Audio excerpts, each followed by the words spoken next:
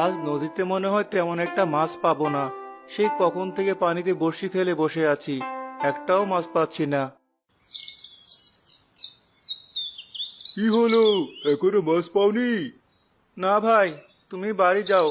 মাছ না ধরতে পারলে আজ বাড়ি ফিরে যাব না। এমনিতে টাকা পয়সার বড় অভাব। ঠিক আছে, তুমি নদীর ওদিকটায় গিয়ে বড়শি ফেলে দেখো কোনো মাছ পাও কিনা।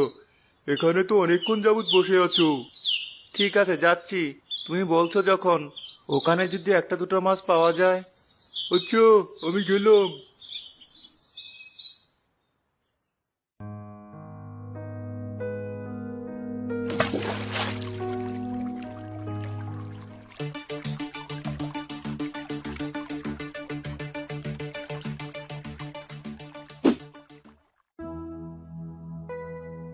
অনেক বাঘ পেতে হলো মাছটা ধরতে গিয়ে।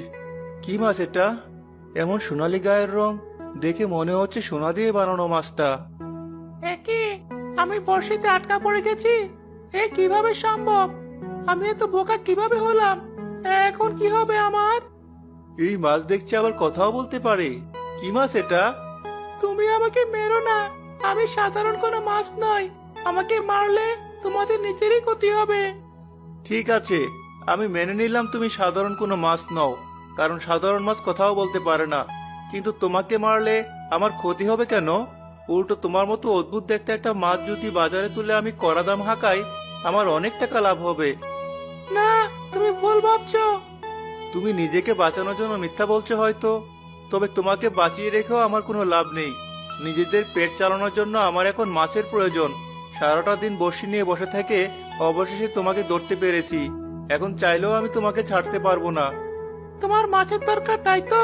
দাঁড়াও, আমি এখনই এনে দিচ্ছি তোমাকে মাছ। সোনালী মাছ বিড়বিড় করে কিছু বলার পর কতগুলো মাছ নদী থেকে ঝাঁপিয়ে এসে নিজেরাই জেলের ঝুড়িতে গিয়ে পড়লো। এ কি অবাক কাণ্ড! এত মাছ কোথা থেকে এলো? আগেই বলেছিলাম আমি কোনো সাধারণ মাছ নই। এখন তো আর আমাকে কোনো দরকার নেই তোমার। এবার আমাকে ছাড়বে? ঠিক আছে, এদিকে এসো। তোমার মুখে থাকা বড়শির হুকটা খুলে দিচ্ছি। তোমাকে অনেক ধন্যবাদ। আমি তোমার প্রতি আজীবন কৃতজ্ঞ রইলাম। ভবিষ্যতে তোমার কোনো প্রয়োজন থাকলে আমাকে ডেকো। আমি সেটা পূরণ করার যথাসাধ্য চেষ্টা করব। কিন্তু আমি তোমাকে ডাকবো কিভাবে? এখানে দাঁড়িয়ে সোনালী মাছ বলে 3 বার ডাক দিলেই আমি ছুটে আসব। আচ্ছা, তুমি আজ যেভাবে নদী থেকে অনেকগুলো মাছ তুলে